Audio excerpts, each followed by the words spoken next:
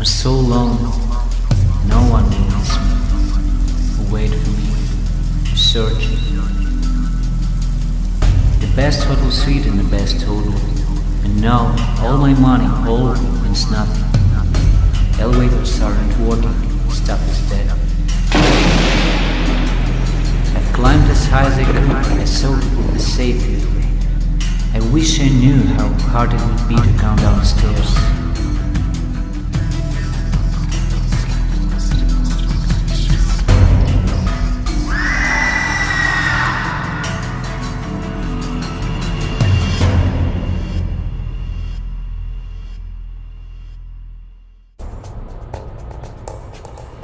Welcome to Beyond the Game Trailer from Obsolete Gamer. I am Jay LaRock, and today we have a special first look at Skyhill from Daedalic Software. I came to this town for a couple of days on business. It was a short trip, so why not spend a few days in style?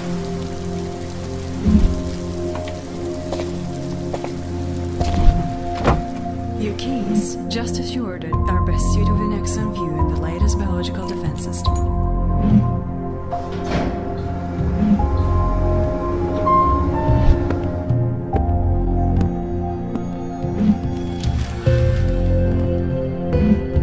You know, things have to get better before they get worse, I guess.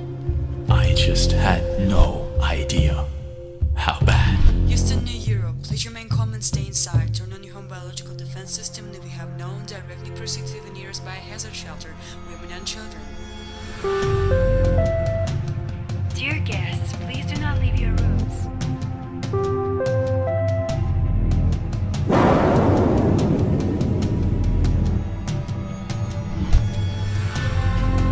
I rushed to the phone. I tried everything. Police, 911, even hotel service. Something terrible was going on outside. When the screaming ceased, all I heard was satisfied, hungry growling and the sound of flesh being torn apart. And then I was hungry and eventually went outside. It was hell. But I'd rather be killed by a mutant than slowly starve to death. I still have hope. I'll make it out of here. So the survival part of this game is basically that you are stuck at the top floor of this hotel, and you realize that with the chemical that was released, you have to now fight against the monsters that you're going to have to face. You don't know exactly what you're going to have to face yet, but you figure it's going to be pretty bad. You have to get all the way to the bottom, and you start off in the penthouse all the way on what is the 100th floor. So when you start off, basically you have your bed, you have pretty much no weapons or anything on you, and you have two main counters. You have your health, which you start off at 100, and then you have your hunger counter, which you start out at 50. So your health counter, every time you get hit, you take damage. And then your hunger counter, that just ticks down one at a time, and you have to find items to get food.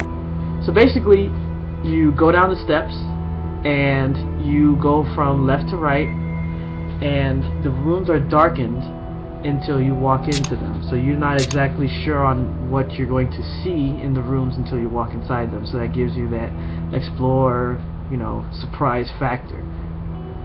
When you find an item in your inventory here, then you can see, you can combine items, you can do crafting. I'll go into a little bit of that later. But it's really cool because you're exploring around. This is basically what you're going to see in the game. You have your three rooms. You have your center room, which mainly consists of the elevator, and you have the stairs. Here's one of the enemies that you end up fighting. You find different weapons that you can equip, and it'll tell you what kind of damage you do. You can either attack the monsters directly, or you can click on the little button in the middle and you can specific target their head, their arms, their legs. So some of the monsters that you fight in later on, you could do more damage when you target, and you'll see here, I went a little quick here, but yeah, here you can see that you can target specific parts of the monster, and sometimes it does more damage. Early on, for the most part, you can just swing, you know, for whatever part of the monster, and you're going to do mainly towards the high end of the damage. So like if the item that you're using says 9 damage, you're probably going to do close to that 9 damage. But later on, you know, if a monster is wearing a helmet, then obviously you're going to want to probably swing for something lower, or you're going to do less damage. So going back to hunger, weapons, items like that, when you find different items, when you walk into a room, there's going to be some things that you can click on, some things you can't. When you move the mouse around, you'll see that some items are highlighted. If it highlights, then you can click on it. Obviously, sometimes it's going to be empty when you click on it, but if it's not, you click on it and the items automatically move into your inventory. And then when that happens, then you can look inside your inventory and see what you have. You basically can get, I would say about 4 or 5 different types of items. You get different types of writings, which can be like notebooks, you can get papers, newspaper clippings, magazines, things like that, that reveal not only what's going on in the story, so you can learn about the story, but you can also learn about people in the building. You can also find phone messages that will tell you things like, hey, there is items here, or I'm locked here, come get me. Now, there's different little tricks about what exactly happens when you go after the messages, so I'm not going to necessarily spoil what happens, but it's up to you if you want to try and quickly run down the stairs to whatever room it tells you to go to, or you want to take your time. That's up to you.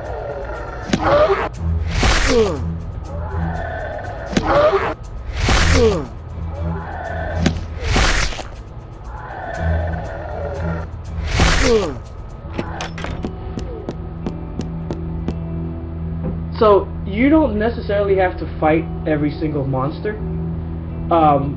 For the most part, however, if the monster engages with you first, a lot of times you are locked into the fight, at least for a while. Sometimes you're permanently locked into the fight. It kind of depends also on the difficulty level. Sometimes you can escape the fight, however. So you kind of want to think about if you want to fight or not.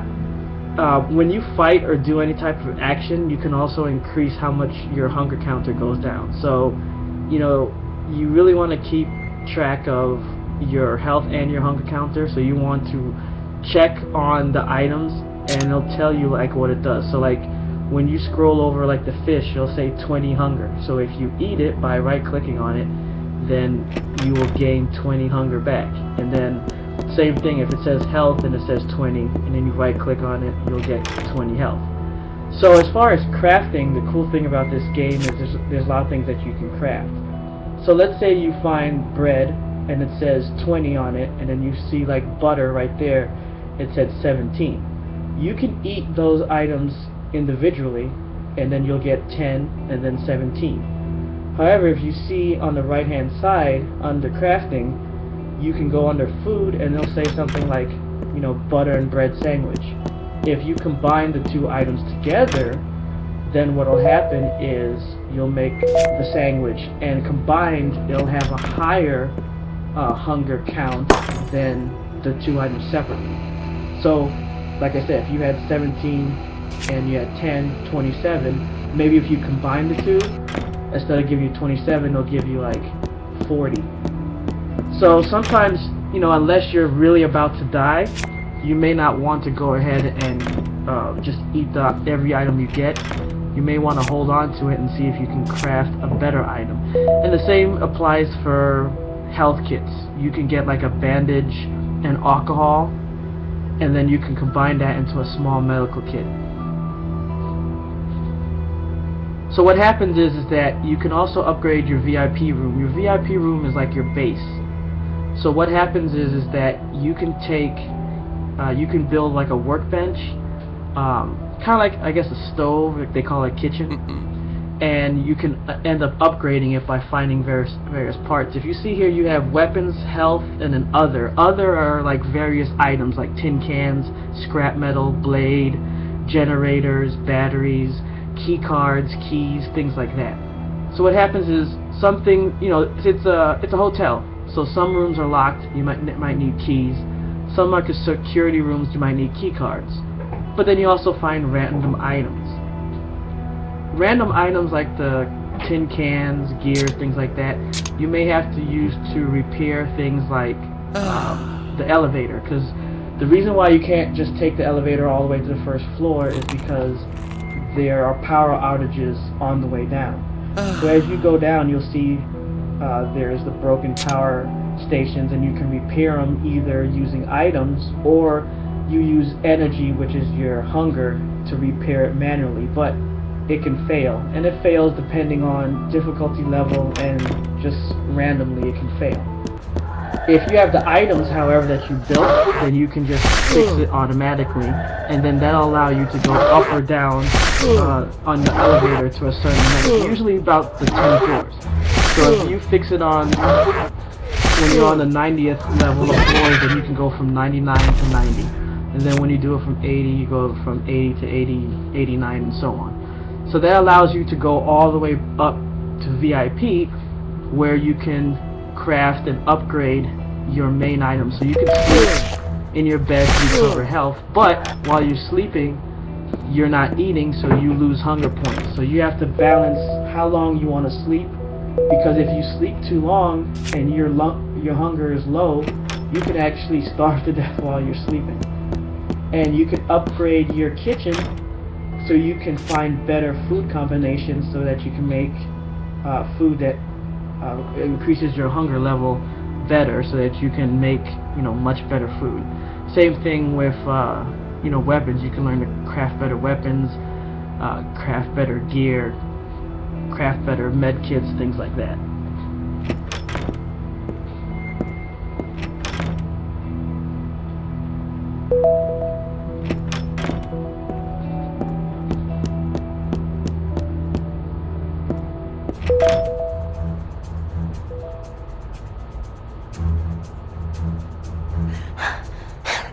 So sometimes when the combat, you know, is not really super dynamic in this game.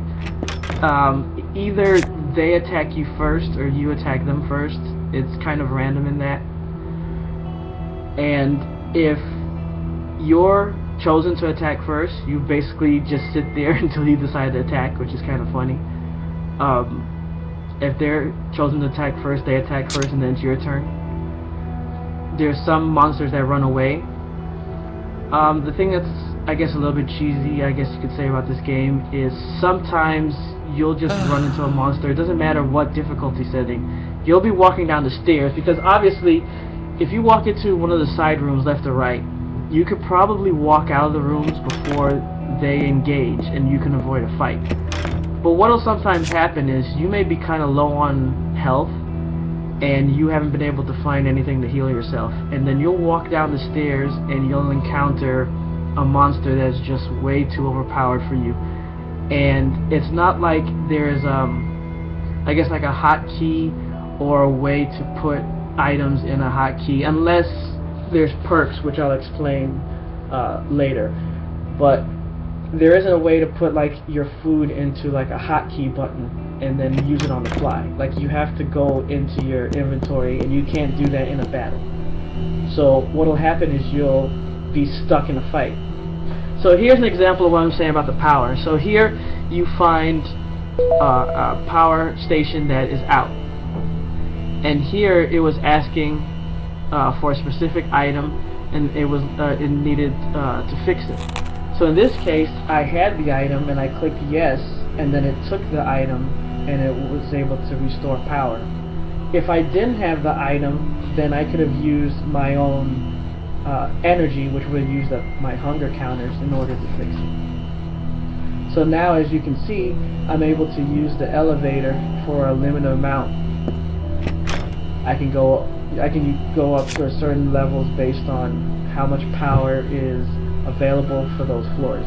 So as you can see, I was only able to go down to 76, but I can go all the way back up to the VIP.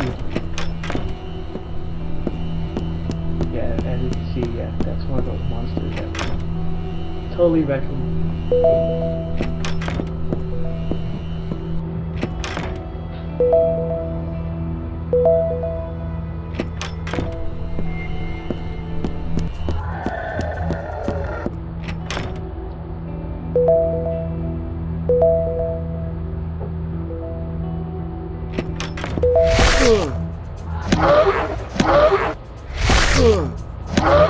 So, as you can see here, if you don't restore the power, you can still walk down the stairs, but it's dark, so it's harder to see things, and it makes the game a little bit more difficult.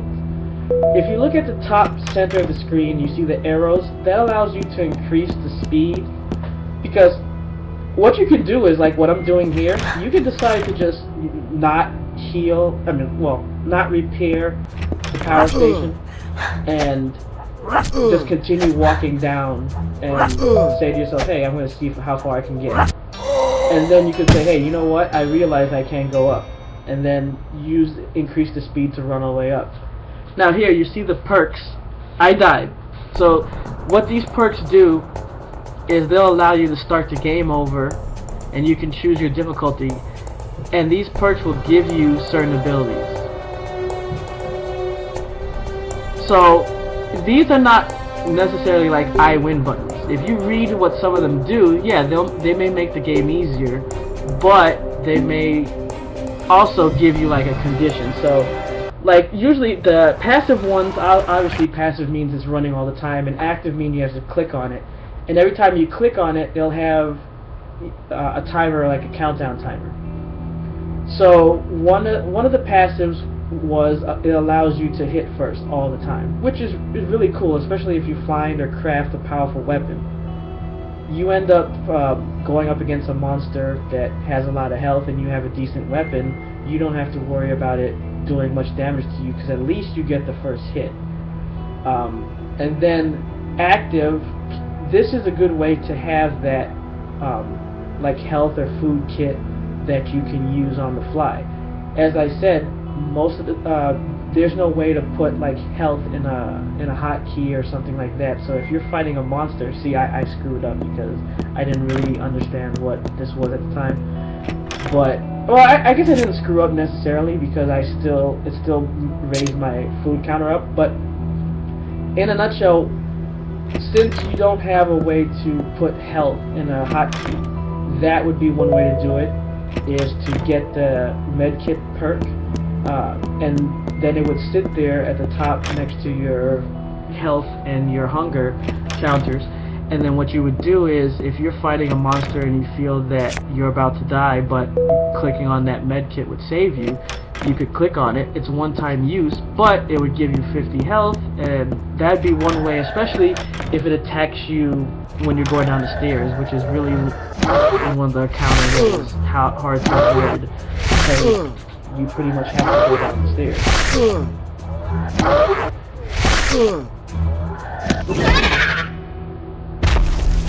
Now, besides crafting, another great thing about this game is you level up.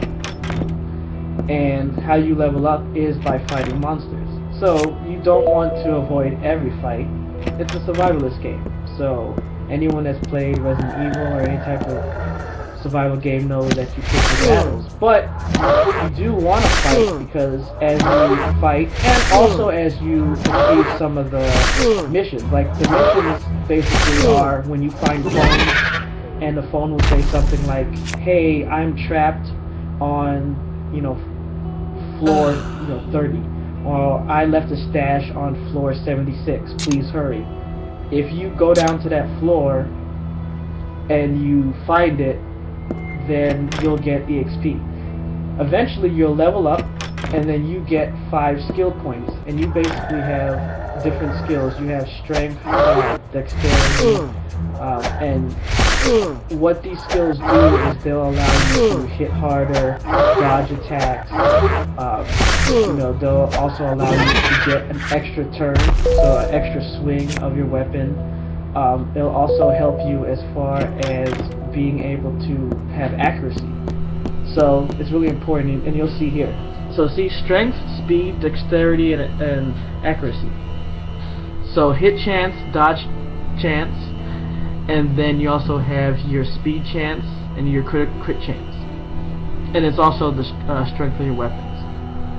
So, I'm sorry, it's four skill points, not 5. So what happens is that you can distribute it how you like, but once you do, you can't change it. Well, there's a perk for that later, and once you do, then it changes your weapon skills accordingly. So I noticed so far that accuracy is not a huge problem in this game. Some weapons later on do have skill on it. So it'll say, like, let's say you find a katana, it'll say you must have maybe 12 dex or 14 speed.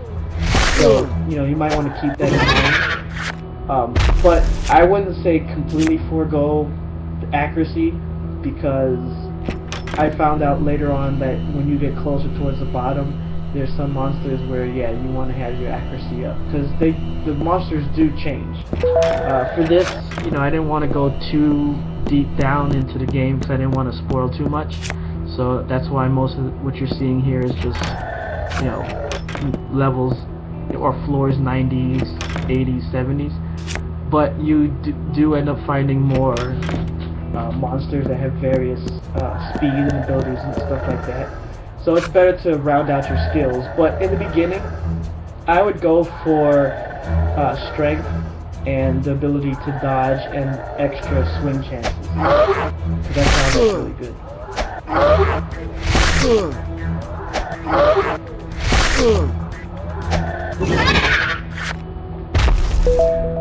I'd also take time to read, what you get.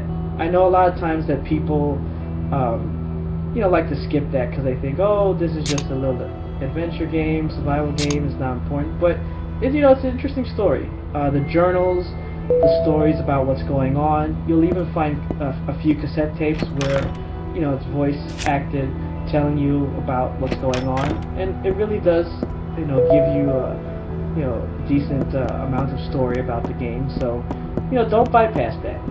There's a lot in it that really gives you information about what's going on. So, I definitely take the time to read it. And really, remember that this is a survival game. So don't sleep on that aspect. A lot of times, especially when you first start out, you think to yourself, hey, it's not a problem. Here's an example. See, if you look, when I clicked on sleep, you saw how my hunger counter went down. When you're also sleeping, things can eventually happen to you. But if you're on easy level or early in the game, that's probably not going to happen. But you can build like a door and reinforce the door so that nothing can attack you while you're sleeping.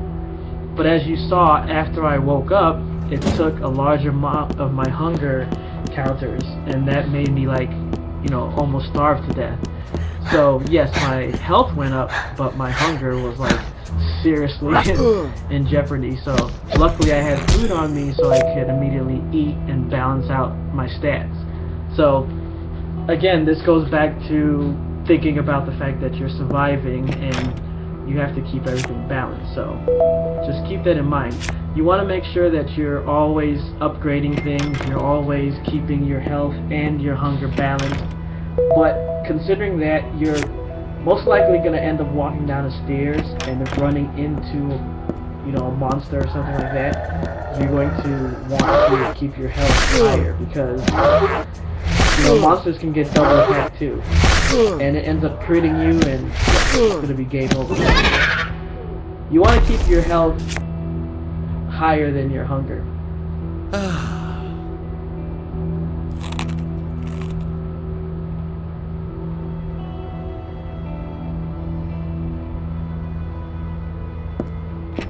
There are also different enemies that can poison you, so sometimes it can be hard to find the right combination of items to create the antidote.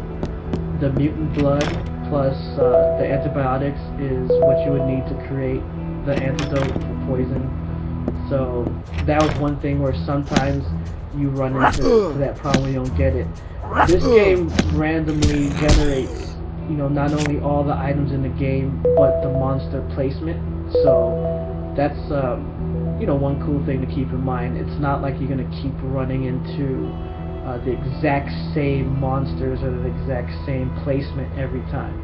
So it has a good replayability, and you can keep upping the difficulty. You can play around with the passive and active abilities to change the way the game goes. So I would definitely give Skyhill a check out. It's really fun to play, and it's a good challenge. So I'm Jay LaRock for Obsolete Gamer, and we're going far, far beyond the game trailer.